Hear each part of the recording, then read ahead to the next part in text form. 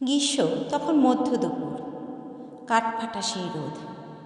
গোলাপ দিয়ে বলল, মেয়ে, তোর ঋণটা শোধ। কোন ঋণটা, কোন ঋণটা?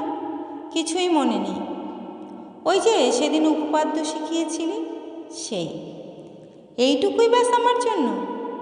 মনে রাখিস তবে, জানি আমি আবারও তোর সেই প্রয়োজন হবে। যবে হবে তবে হবে, এখন আমি যাই।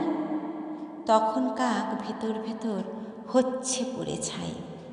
নূপুর বাজে বুকের মাঝে বড্ড তোলপাড়, তৃষ্ণার্ত বুকটা কাকের হচ্ছে ছারখার।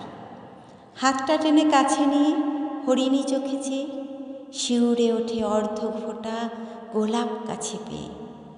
কাকটা তখন সুযোগ পেয়ে কলসি ভরা জলে ডুবিয়ে দিলে ঠোঁট দুখানি। আর কি কথা চলে!